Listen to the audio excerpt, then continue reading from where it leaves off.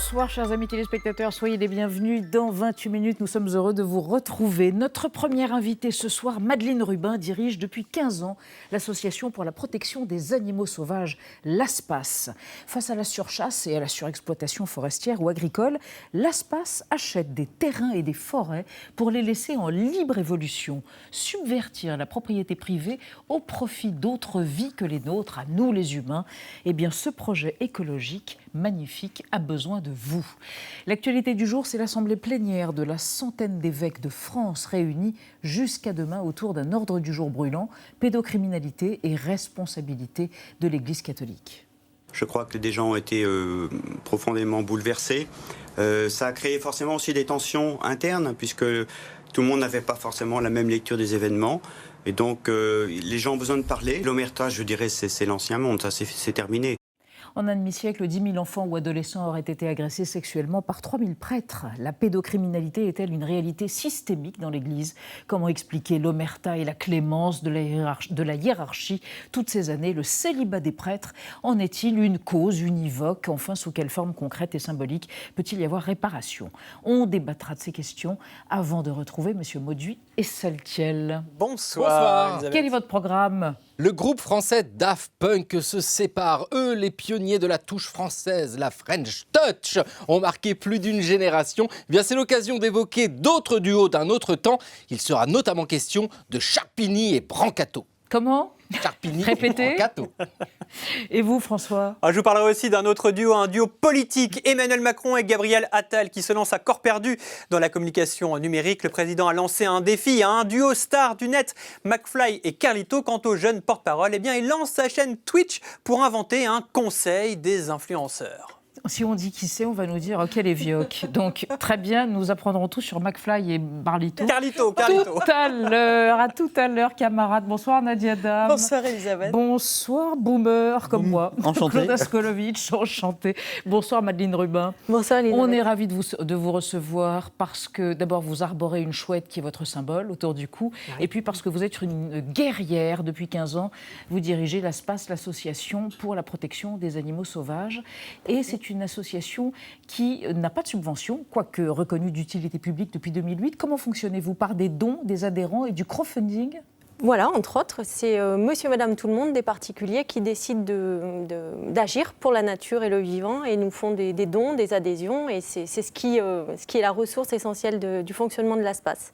Ce qui garantit aussi sa liberté de ton et d'action. Et son indépendance totale. Totale. Donc, mission de l'ASPAS depuis 10 ans, acheter des terrains pour les dédier à la libre évolution. On va expliquer ce que c'est que la libre évolution après votre portrait, Madeleine Rubin, réalisé par Gaël Legras. Regardez. Une association, des terres, des opposants, c'est la règle de 3 de Madeleine Rubin. L'association pour la protection des animaux sauvages, l'ASPAS, est née il y a 41 ans comme Madeleine Rubin.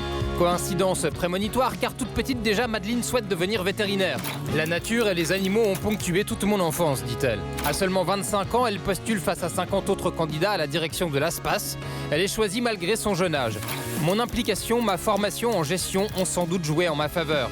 À l'origine, l'ASPAS avait été créée pour défendre le renard, particulièrement persécuté dans les années 80. Aujourd'hui, l'association bataille pour la protection de toute la faune sauvage et des milieux naturels. Depuis 2010, l'ASPAS achète des terres pour préserver la nature de toute exploitation. Grâce aux membres donateurs, 5 territoires appartiennent aujourd'hui à l'association. En 2017, par exemple, elle acquiert 60 hectares dans les Côtes d'Armor. L'acteur et réalisateur Jacques Perrin inaugure la réserve de la vie sauvage du Trégor. Quand on laisse la nature libre, elle dessine des perspectives, des paysages formidables. Donc cette réserve du Trégor, c'est pour le bien commun. L'ASPAS ne met pas la nature sous cloche, les humains peuvent s'y promener, mais les territoires sont laissés en libre évolution, comme ici sur la commune de Châteauneuf-du-Rhône dans la Drôme. C'est une des seules zones humides tranquilles entre la Camargue et les Dômes, donc c'est très apprécié des migrateurs qui vont pouvoir se poser là, reprendre un peu des forces et puis continuer la migration. Madeleine Rubin se heurte à des opposants pour le moins virulents. Surtout depuis que l'ASPAS a acquis 490 hectares de forêt en plein cœur du Vercors pour 2,3 millions d'euros. L'été dernier, 700 manifestants ont défilé à Crest devant le siège de l'ASPAS. Ils ferment le milieu, à Valfanjou, il y a des maisons qui sont au milieu, qu'est-ce qu'ils vont en faire? S'ils ne laissent pas la main de l'homme au bout de 20-30 ans, ces maisons, elles vont s'effondrer, quoi. Ennemie jurée des chasseurs, Madeleine Rubin se dit victime de harcèlement et de tentatives d'intimidation. Ses pneus de voiture ont été crevés 6 fois. Elle reçoit fréquemment des menaces de mort et des insultes. L'ennemi des chasseurs, on verra ça, mais en tout cas l'ami des terrestres et des vivants. Alors qu'est-ce que c'est la libre évolution, Madeleine Rubin? Expliquez-nous ce concept. Alors la libre évolution, en fait, ça consiste à laisser un peu de temps et d'espace au milieu pour qu'ils restituent, qu'ils donnent tout leur potentiel, toute la capacité possible, sans restriction et sans être guidés de la main de l'homme. Parce que le problème en fait de notre relation de la société au vivant, c'est de penser que tout doit être exploité, que la nature est déficiente, qu'elle ne peut pas se débrouiller et qu'elle a besoin systématiquement d'être gérée par l'homme. Et en fait, la libre évolution, c'est une manière de montrer que les milieux sont complètement autonomes sans l'homme et que tout marche. Et c'est même les milieux qui ont permis la vie actuelle telle qu'elle est là et qui nous a façonné, même nous, en tant qu'hommes, en tant qu'espèce. Quand vous parlez de milieux, une forêt, une parcelle, toutes sortes de milieux différents, hein. Des écosystèmes très variés. Oui, dans milieu, on peut entendre les milieux forêts, falaises, cours d'eau, mais c'est aussi les animaux et tous les insectes qui vivent. C'est le vivant dans son ensemble. Ouais. Claude. Donc qu'est-ce qui se passe? Racontez-nous dans ces coins de France que vous achetez. On y voit revenir le loup, le renard et la belette? Alors il se passe un truc complètement fantastique. C'est que quand on coupe pas les arbres, ils poussent. Et quand on tue pas les animaux, ils vivent. Donc déjà, ça, c'est un bon début. Et donc, on met des petites caméras pièges, nous, pour nous permettre de guider et de savoir exactement. Et sur ces caméras pièges qu'on pose, donc ça détecte et ça filme les espèces qui passent devant. Là, on peut constater les animaux de passage, mais on peut aussi constater les animaux de retour, comme on a eu la loutre ou le castor. Sur la réserve des Deux Lacs. Parce que l'information passe. Les animaux savent, Dieu sait comment, qu'il y a un endroit où ils sont tranquilles. En fait, ils savent reconnaître les zones laissées libres, les zones de quiétude, où il n'y a pas de coups de feu, où il n'y a pas des tronçonneuses, où il n'y a pas sans arrêt de l'exploitation dure sur le site. Et en fait, la nature est résiliente, elle revient toute seule et elle est forte. Et elle sait mieux ce qu'elle a à faire que nous, d'ailleurs. Les humains peuvent venir s'y promener. Il n'y a pas de coupe d'arbres, de coupe de bois et de chasse, bien sûr, mais un humain peut venir se promener ou pique-niquer? Oui, justement, dans les réserves de vie sauvage, on ne veut pas rentrer dans ce combat un peu dualiste où on va opposer l'homme à la nature. En fait, l'idée, c'est de dire que l'humain est un vivant parmi les vivants et qu'il a sa place à partir du moment où il se comporte au mieux comme un mammifère dans son milieu. En fait. Est-ce qu'il y a des choses qu'on ne peut pas faire quand on va se promener dans ces zones-là? Alors, il y a des choses qui sont interdites de fait, les exploitations un peu trop dures, comme la coupe de bois qui va empêcher que les arbres grandissent. Mais après, on va demander aussi aux humains, quand ils viennent, de ne pas cueillir, de ne pas couper, de ne pas faire des choses, mais ce n'est pas par principe, c'est par précaution. Parce qu'aujourd'hui, on ne va pas mettre des barrières, on ne va pas payer un ticket d'entrée dans une réserve. Manifester des égards par rapport à ce milieu. Égard, c'est un mot employé par un philosophe qui évoque dans son dernier bouquin, Baptiste Morisot, dans Raviver les braises du vivant, il évoque justement cette libre évolution et il dit ce que vous faites, c'est une idée diabolique de simplicité, mais qui rebat les cartes juridiques et qui subvertit la notion de propriété. Parce qu'en fait, vous partez du principe que c'est de la propriété foncière, vous achetez des terrains, mais vous en faites un bien commun. C'est ça, subvertir la notion de propriété? En fait, c'est se servir de l'acquisition, en fait, va nous permettre la maîtrise foncière, qui est donc utiliser l'outil de la propriété, qui est un outil assez fort, parce que quand on est propriétaire, on décide de ce qu'on peut faire ou ne pas faire. Et là, on le détourne, parce qu'en fait, personne, vu que c'est une association qui achète, qui le restitue à tout le monde, et personne n'aura une jouissance privée ou particulière des lieux. Et du coup, c'est restitué et rabattu à tout le monde. Et là, c'est vrai que ça vient heurter, c'est philosophiquement profond, ça vient heurter des choses... Et puis, ça vient heurter aussi notre conception du temps, c'est-à-dire que c'est le temps long qui est en jeu. Le temps long, par exemple, pour une forêt qui va être en libre évolution, grâce à cet achat que vous aurez fait, c'est 3 siècles pour que la forêt revienne à un état quasiment de forêt primaire. Alors effectivement, on n'est plus du tout dans les mêmes horizons d'un temps qui serait dédié à l'exploitation ici et maintenant, tout de suite. Il faut savoir qu'une forêt, en fait, les arbres vont restituer, vont permettre un tiers d'une biodiversité quand les arbres dépassent 100 ans. Donc si on veut que ces arbres donnent leur pleine capacité, il faudrait atteindre 800 ans ou 1000 ans. C'est digne des forêts primaires. Donc vous travaillez pour les générations futures. Ah ben là, moi je suis ravie de me dire que je sème les petites graines qui serviront dans des centaines d'années. Alors, on va évoquer avec vous, Madeleine Rubin, un projet, le projet de référendum d'initiative populaire pour la défense des animaux. Où est-ce qu'on en est ? Vous connaissez ce dossier, il est très La chasse, laborieux. il y a aussi le volet chasse. Exactement, il a été lancé l'été dernier. Il prévoit plusieurs mesures donc en faveur du bien-être animal, dont donc l'interdiction de la chasse à courre, du déterrage, ou plus largement de ce qu'on appelle les chasses traditionnelles.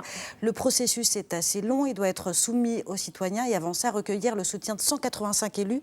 Il en manque aujourd'hui 39. Ça coince parce qu'il y a plusieurs députés et sénateurs qui ont retiré leur soutien au texte parce qu'ils avaient été influencés, pour dire les choses simplement, par des chasseurs, par des réactions très hostiles de chasseurs. Et ce, malgré, par exemple, la diffusion, c'était en janvier dernier, d'une vidéo qui montrait la mise à mort, il n'y a pas d'autre mot, particulièrement cruelle d'un cerf. Vous l'avez peut-être vu, cette vidéo-là, c'était en forêt de Rambouillet. Il a été littéralement dévoré vivant par une meute de chiens. Ce qu'on sait, c'est que les Français, eux, ils se disent majoritairement pour l'interdiction de la chasse à courre. Comment vous le comprenez, se dire que le citoyen, lui, il est plus déterminé que l'élu sur ce dossier-là, de la chasse à courre, de la chasse traditionnelle ? Oui, en fait, le référendum d'initiative partagée, l'ASPA, ça fait partie des associations avec certaines personnalités qui ont créé et qui ont demandé à ce qu'on ait toutes ces signatures pour que le sujet soit mis sur la table. C'est même pas, on n'en est même pas au stade des propositions, c'est juste dire est-ce qu'on aurait le droit de parler de ces sujets-là et de le mettre au vote des citoyens. Donc c'est un outil très démocratique. Ouais. Et là, il y a les lobbies qui jouent fortement, les lobbies de la chasse, les lobbies agricoles, les lobbies agroalimentaires, de l'élevage, agro-industriel. Et c'est eux qui nous freinent dans le développement. Vous n'êtes pas pour l'interdiction de la chasse, mais pour une réforme de la chasse. Oui, l'ASPAS se bat depuis 40 ans pour essayer de limiter tous les abus et dérives de la chasse. C'est déjà beaucoup. Type chasse à la glu. Type chasse à la glu, déterrage de blaireaux, c'est des pratiques, des pratiques qui sont cruelles, qui sont source de stress et qui n'ont pas lieu, qui n'ont aucune utilité de régulation, c'est juste du loisir. Et aujourd'hui, la société est prête, et ça rejoint le questionnement.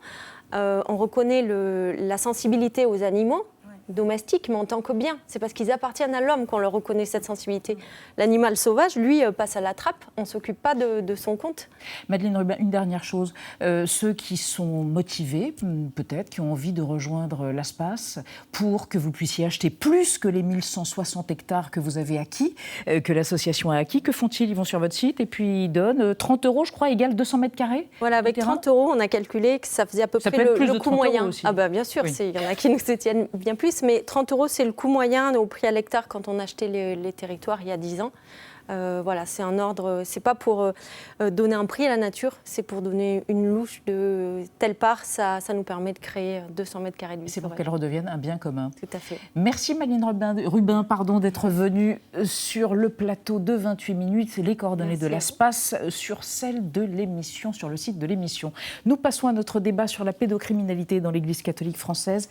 Les évêques travaillent en ce moment même sur la question de la responsabilité de l'Église, reconnaissance des terribles dommages subis par les victimes, réparation symbolique et concrète. Est-ce la fin de l'impunité ? On en débat après la mise au point d'Amira Swilem.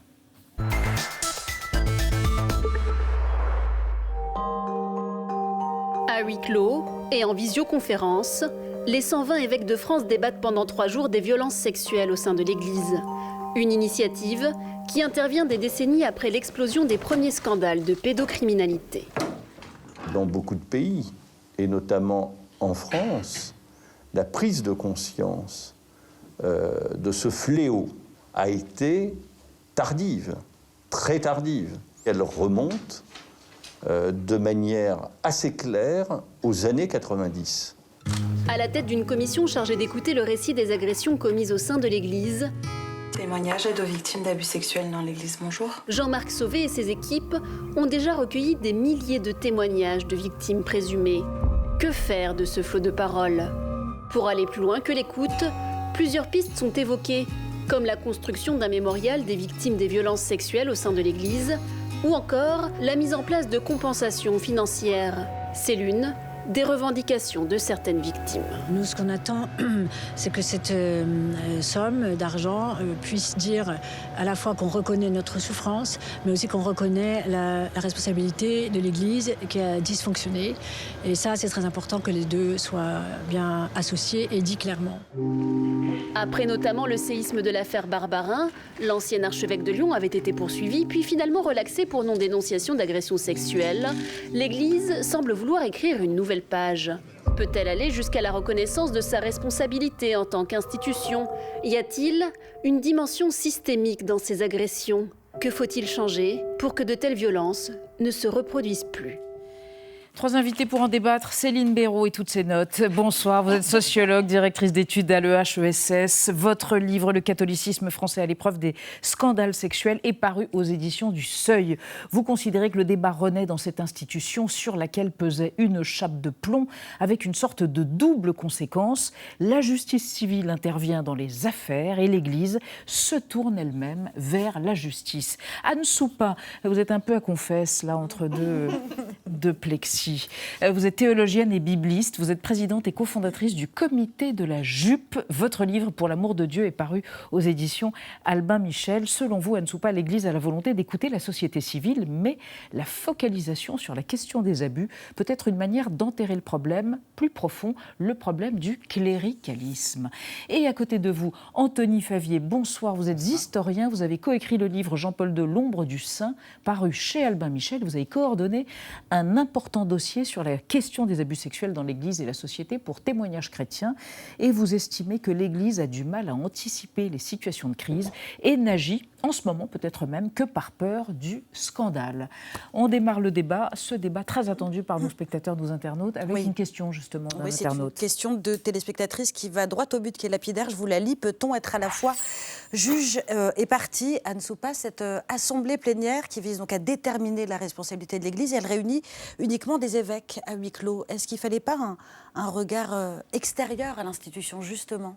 Alors, je voudrais juste un peu corriger cette affirmation. J'ai eu ce matin au téléphone une victime qui est associée au débat. Donc, il y a des victimes qui sont là et il y a des professionnels de la société civile qui ont été invités, en particulier pour débattre de la question de la mémoire. Donc, il y a des personnes invitées.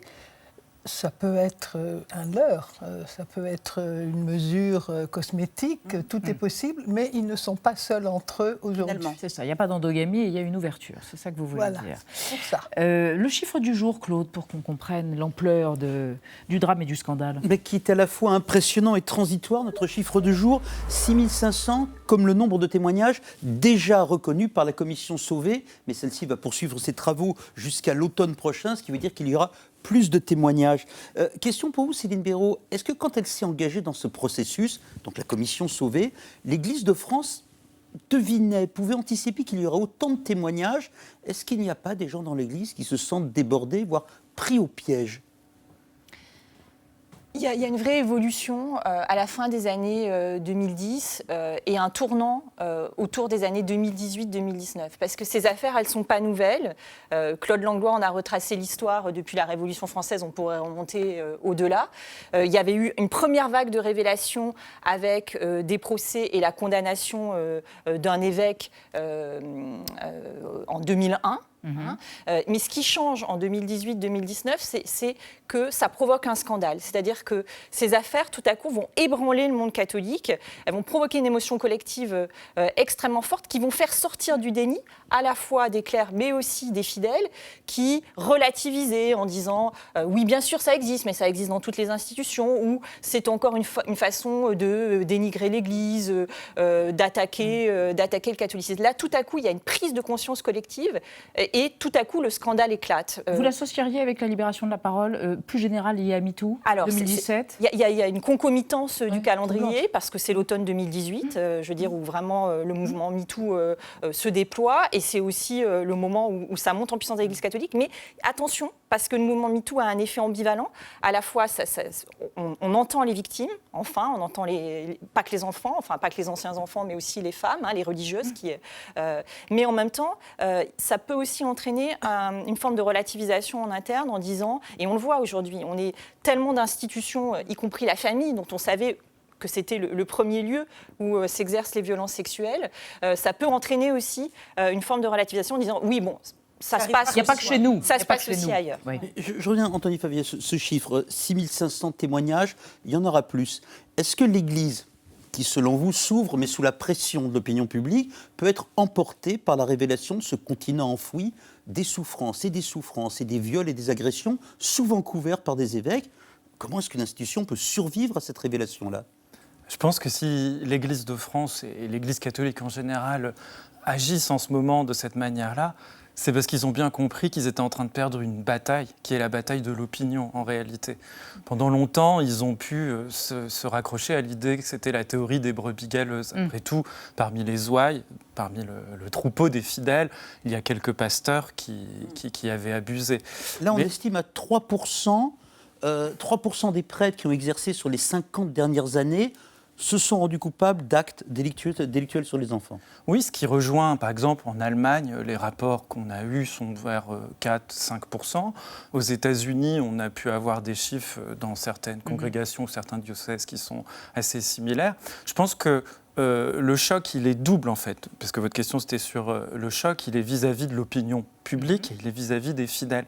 Alors pour les fidèles, c'est un choc parce que c'est un peu le verset de Saint Matthieu, ne liez pas sur des fardeaux sur les épaules alors que vous n'agitez pas le petit doigt vous-même. C'est-à-dire que l'Église catholique a des standards moraux très élevés à l'égard de ses fidèles. Elle leur interdit un remariage après un divorce, elle interdit aux personnes homosexuelles d'avoir des rapports sexuels. Et là, on découvre que les pasteurs, qui sont les gardiens de la morale, eh ben, ils agissent mal, ils commettent des actes délictueux. Donc ça, c'est en interne, et c'est pour ce qui pousse l'Église catholique à agir. Et à l'extérieur, l'Église, depuis très longtemps, et notamment le Saint-Siège, aime bien se présenter comme une institution morale qui a une haute valeur morale. Magistra vitae, on dit en latin, maîtresse de vie. L'Église est maîtresse de vie.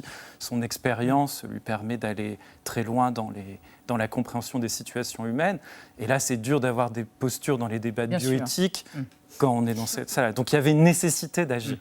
Alors, on va évoquer... Oui, vous voulez réagir. Je voulais dire qu'il y a aussi la crise de l'opinion publique. Il y a le débat envers l'opinion publique, mais il y a la crise de confiance des fidèles.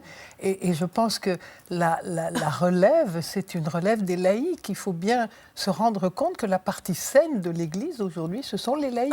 Et les laïcs sont beaucoup plus nombreux que les clercs. Donc, l'Église catholique n'est pas perdue si elle accepte de s'appuyer sur ces forces vives que sont les laïcs. Oui, des paroissiens, les gens qui vont à la messe, les gens qui croient, tout simplement. Voilà. Qui ne sont pas prêts. Alors justement, les paroissiens, les laïcs, comme vous dites, pourraient être mis à contribution dans la question des réparations. On va en parler avec vous, les réparations matérielles. Oui, parce que l'indemnisation, c'est un sujet qui a été mis sur la table il n'y a pas très longtemps. C'était en novembre 2019 par les évêques de France. Et 15 mois après, on peut le dire, cette mesure, elle est au point mort, voire sa rétropédale. C'est d'abord visiblement un problème de vocabulaire qui se pose. De quoi est-ce qu'il faut parler? Est-ce qu'on parle d'indemnisation, de dédommagement, d'allocation?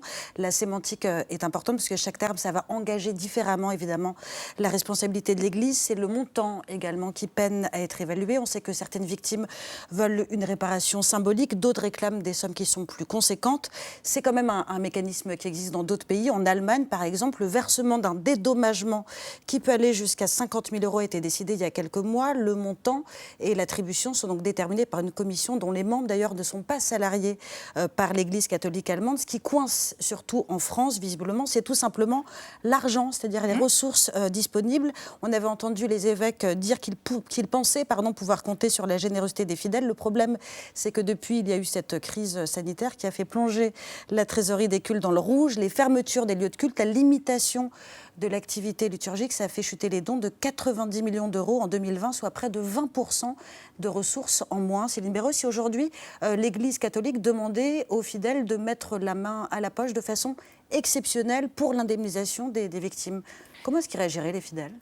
En fait, c'est ce qui a été un peu annoncé à l'automne 2019 par les évêques. Ça a été mal reçu pour deux raisons. D'abord parce qu'il y avait un brouillage de calendrier, puisque la commission Sauvé était en train de travailler et qu'il est apparu prématuré, finalement, de verser une indemnité avant même qu'on ait les conclusions, et les rapports, les préconisations, et que donc ça pouvait apparaître comme une façon d'accélérer pour régler le dossier et finalement débarrasser. Passer à autre chose. Donc ça a été la première chose. La deuxième chose, c'était les modalités aussi du financement de ce dédommagement, indemnisation, selon le vocabulaire qu'on choisit, puisque l'idée était d'appeler collectivement les fidèles à verser des dons. Alors, ce qui n'est pas complètement absurde si on analyse cette crise comme une crise systémique. Après tout, c'est le terme. Il y a une responsabilité collective qui vaut pour les évêques, les clercs, et aussi d'une certaine façon pour un certain nombre de fidèles qui ont fermé les yeux, qui n'ont pas parlé, etc. Mais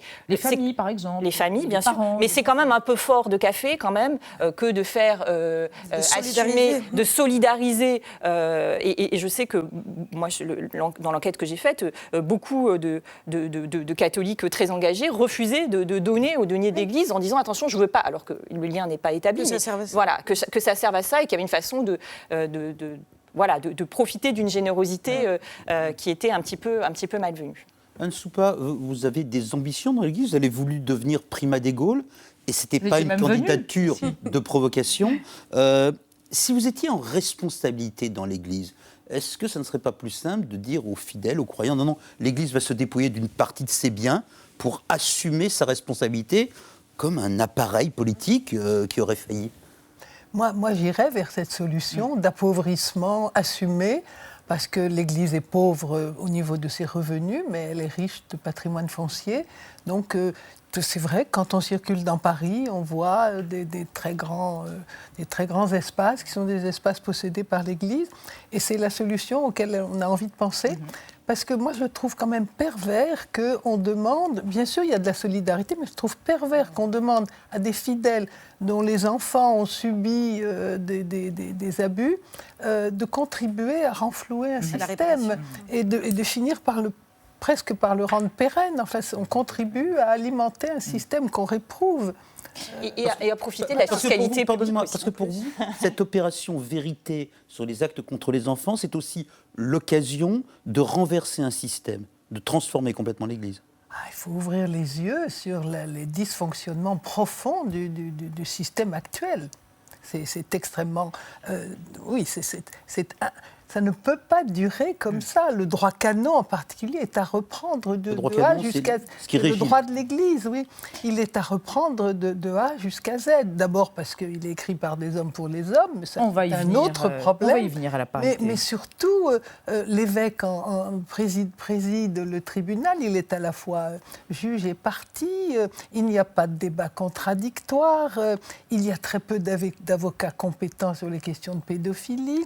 Enfin, on n'est absolument pas dans un contexte de compétence pour juger. Alors ça, sur les abus. Mais sur le système clérical, oui, je crois qu'il faut reprendre les choses à fond. Anne Soupa, en attendant de reprendre les choses à fond, intéressons-nous quand même à un pape qui a été le premier à évoquer ces scandales sexuels. Il touchait l'Église catholique aux États-Unis. On était en 1993 et c'était le pape Jean-Paul II qui avait réagi avec une lettre. Voici notre archive. Pour les 59 millions de catholiques américains et leurs 52 000 prêtres, la lettre du pape arrive à temps. Leur église, l'une des plus riches de la planète, est en effet traumatisée par les abus sexuels commis par des prêtres, notamment contre des enfants. C'est la première fois que Jean-Paul II s'en inquiète publiquement et se dit prêt à aider le clergé américain à sévir. Mais aux États-Unis, le scandale est depuis longtemps sur la place publique. Arrestations, procès, démissions d'ecclésiastiques font la une des médias. L'Église aurait déjà dépensé plus de 400 millions de dollars en frais de justice. La lettre du Saint-Père est d'autant plus appréciée ici que Jean-Paul II est attendu dans moins de 2 mois aux États-Unis. Il était bien entendu préférable que cette question délicate soit abordée avant sa visite. Claude.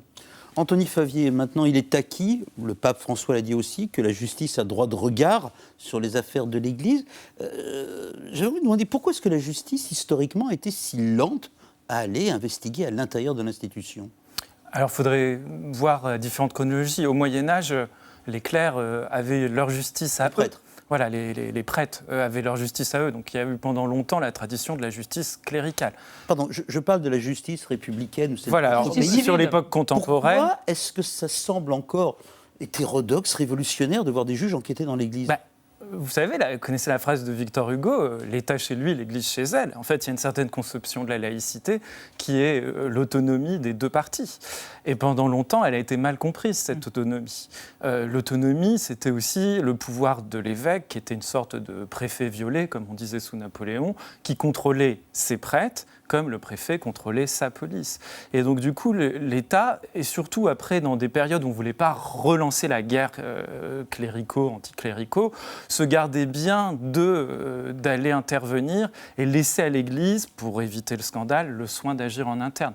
Mais ça, on ne peut pas dire que ça a basculé, parce que le procès auquel faisait référence Céline Béraud, Monseigneur Piquant, c'est 2001, donc il était évêque en Normandie, d'Avranches, je crois.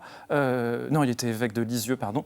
Il a été condamné pour non-dénonciation. Et c'est la première fois depuis des décennies que la justice républicaine s'en était pris, non pas à un prêtre, mais à un évêque lui-même. Donc du coup, ça a changé. Mais l'affaire Barbarin a révélé, en réalité, qu'il y avait toujours ce souci d'épargner l'Église pendant longtemps et qu'on pouvait la laisser s'accommoder elle-même des soucis. Et on a des cas très précis de plusieurs affaires. Par exemple, frère Pierre-Étienne Albert dans la communauté des Béatitudes. Il a eu son procès en 2011, mais les premiers faits remontent à 2001 et on s'est aperçu au procès de 2011 que le procureur n'avait pas transmis le dossier. Donc il y a eu des soucis de cet ordre-là. Mais je pense qu'en France, que ça change malgré tout. Céline Béraud, c'est multifactoriel, ce phénomène systémique, comme cela a été dit. Mais est-ce qu'il faut évoquer l'absence de femmes qui fait que l'Église est un milieu d'hommes, avec toutes les dérives que ça peut entraîner, la sacralisation du prêtre, la question de l'emprise, de la domination? Comment évoqueriez-vous cet éventail de causes qui expliquent ces scandales sexuels ? Alors, il y a peut-être aussi deux types d'explications en interne. C'est peut-être par ça qu'il faut commencer. Il y a l'explication qui est en gros celle qu'on a entendue dans les ouvrages qui sont parus en 2019, dans les prises de parole militantes et aussi dans la bouche même du pape François qui a dénoncé le cléricalisme. C'est l'idée que finalement on serait dans un système, dans une crise d'institution, dans des modalités d'exercice de l'autorité qui seraient susceptibles de produire à la fois ces abus sexuels et de produire aussi le silence qui les a entourés. Ça, c'est un type d'explication. Et l'autre, c'est considérer que finalement, la cause est externe. Et en gros, c'est ce que dit Benoît XVI. Pour Benoît XVI est un pape qui...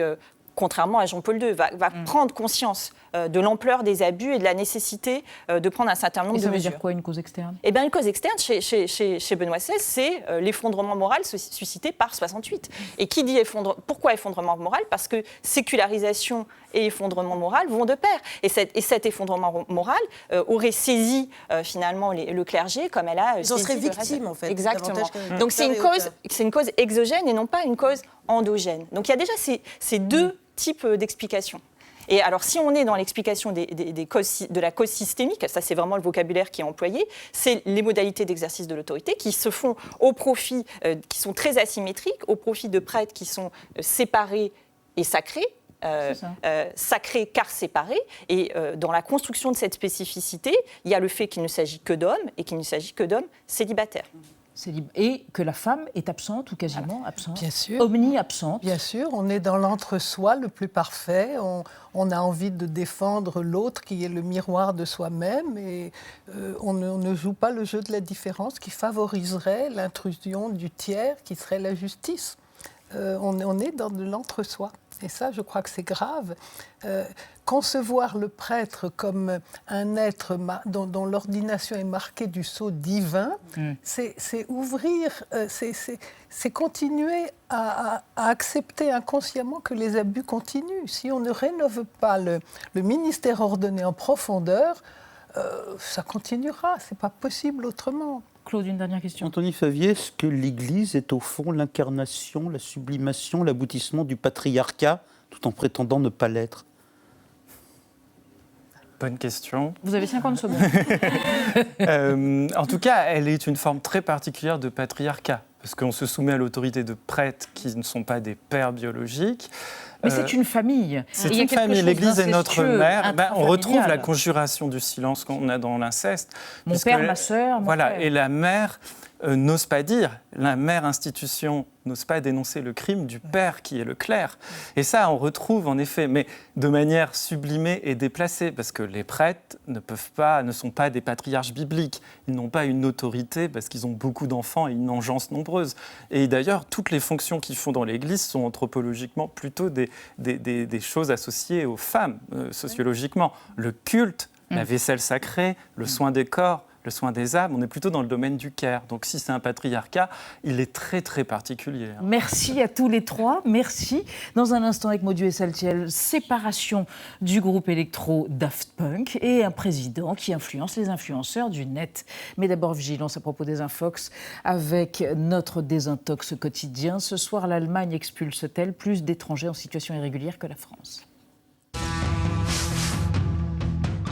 Face à Gérald Darmanin, Marine Le Pen a voulu démontrer que la France serait trop laxiste, selon elle, en matière d'expulsion d'étrangers en situation irrégulière. Elle en veut pour preuve la comparaison avec le voisin allemand. Les obligations de quitter le territoire français, le territoire en Allemagne, c'est 90%. Quand ils décident que quelqu'un doit partir, à 90% la personne part. Nous, quand on décide que quelqu'un doit partir, à 12,6% il part. La présidente du Rassemblement national n'a pas compris grand-chose à la politique migratoire allemande. En 2019, en France, 123 845 obligations de quitter le territoire, des OQT, ont été prononcées et seulement 15 615 personnes ont été expulsées, soit effectivement 12,6% d'OQT appliqués, comme le dit Marine Le Pen. En Allemagne, la situation est très différente. 47 530 personnes ont reçu une obligation de quitter le territoire, qui ont conduit à 25 140 expulsions. Résultat, l'Allemagne a un taux d'exécution des obligations de quitter le territoire de 53%, loin des 90% annoncés par Marine Le Pen. Surtout, il y a une autre différence entre les deux pays que n'évoque pas Marine Le Pen. Alors qu'en France, un constat de situation irrégulière entraîne quasi automatiquement une obligation de quitter le territoire, en Allemagne, cela ne concerne que 40% des cas. Qu'arrive-t-il aux 60% d'étrangers irréguliers ne faisant pas l'objet d'une OQT en Allemagne ? Des experts expliquent à Desintox que les autorités, quand elles constatent qu'une personne est en situation irrégulière, vont d'abord chercher à régulariser la situation avant de prononcer une expulsion, contrairement à ce que souhaitait démontrer Marine Le Pen. Bien vu Desintox. Bonsoir Monsieur Saltiel. Bien, vous êtes la hoop. Envolée. Et vous aussi. Moi aussi. Mais elle est intériorisée, votre Exactement, hoop. bonsoir. Xavier Mauduit. Alors oui, c'est le duo le plus célèbre du monde. Même Christo et Bangalter, Daft Punk, casqué, électro, French Touch. Ils ont annoncé hier, après 28 ans de succès planétaire, qu'ils implosaient. Et vous allez évoquer, bien sûr nous le déplorons, mais vous allez évoquer l'existence d'un autre duo absolument improbable et adorable. Alors, vous savez, il y a un moment dans l'histoire de France où les duos sont très populaires. Et en octobre 1936, c'est le tohu-bohu dans le music-hall parce que Charles et Johnny se séparent. Et oui, c'était un duo qui s'était formé 4 ans plus tôt avec un vrai succès. Deux jeunes hommes, ils ont à peine 20 ans, qui ont apporté un air de frais comme ça dans la chanson française par leur gestuelle, tout ça. Ils étaient absolument formidables. On a une belle crinière, un petit derrière tout nu. On connaît les bonnes manières car on a été très bien entretenus. Voilà ce que chantent Charles et Johnny dans leur chanson impérissable quand on est cheval de fiac. Oui, mais voilà, Charles doit faire son service militaire. Donc le duo se sépare, c'est fini le fiac, c'est fini tout ça. Oui, la clash se sépare, dit la presse même, et chacun va faire carrière de son côté. Johnny, c'est Johnny S et Charles, c'est Charles Trenet. Et c'est vrai que là, nous avons deux personnages extraordinaires de tous ces duos qui plaisent énormément dans les années 1930. Alors vous avez Pils et Tabet, eux chantent couchés dans le foin. Vous en avez d'autres, vous avez Gilles et Julien. Alors tiens, Gilles et Julien, en 1937, la presse nous annonce qu'ils divorcent. Parce qu'il y a énormément d'allusions dans la presse sur leur relation. On parle de couple, on parle de rupture. Bon, ils passent un petit peu de mode à la fin des années 1930, ces duos, parce que c'est pas facile d'être duettiste. Dès qu'il y en a un qui est malade, l'autre, et pouf, il est au chômage. Et puis tout simplement, qu'un contact. Et puis au moment de signer un contrat, c'est sûr qu'il coûte le double qu'un un chanteur qui chante tout seul. Oui, mais il y a des duos qui traversent le temps. Et il y en a un qui est exceptionnel. C'est Charpini et Brancato. Alors ça, c'est un duo qui s'est formé à la fin des années 1920. Extraordinaire. Brancato est ténor. Charpini, lui, est soprano. Il propose un spectacle, mais waouh, comme on n'en a jamais vu. C'est-à-dire que Charpini affirme clairement son homosexualité. On dit alors, il est efféminé.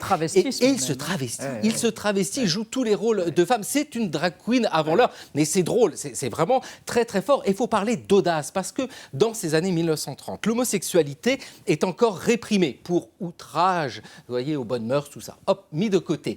À partir du régime de l'État français, c'est pénalisé, et pénalisé jusqu'en 1981. C'est François Mitterrand qui a C'est Mitterrand. Et bien, Charpini traverse tout ça. Alors, je ne sais pas s'il a contribué à faire avancer la cause homosexuelle. En tout cas, il en est un acteur majeur. Donc, plaisir, régalade. Leur succès, c'était de reprendre les grands airs d'opéra. Bien là, c'est Carmen. C'est toi? C'est moi. L'on m'avait averti que tu n'étais pas loin, que tu devais venir. L'on m'avait même dit de craindre pour ma vie. Mais je suis brave et n'ai pas voulu fuir. Je ne menace pas. Ta chaleur, mes enfants. Dire que je me suis farci ça, mes enfants, pendant des années. Si j'avais pas pris des pilules, j'aurais eu des gosses à tous les coins. Et Poiret et Serrault les ont vus. Non, mais c'est ça, c'est cette génération. Évidemment. Alors François, il y a un duo, paraît-il, chez vous. Oui, pas le même genre. Il y a beaucoup de personnes à l'intérieur. Gouvernementale. C'est ça, qui franchit encore un palier en cherchant toujours plus à toucher les plus jeunes en se servant des influenceurs du net. Vous vous rappelez, je vous avais déjà parlé de Gabriel Attal, le porte-parole du gouvernement, qui se prête, Gab comme on l'appelle, qui se prête régulièrement au jeu des lives sur Instagram en répondant à toutes les questions posées par les internautes qui l'interpellent par son prénom, même par son diminutif.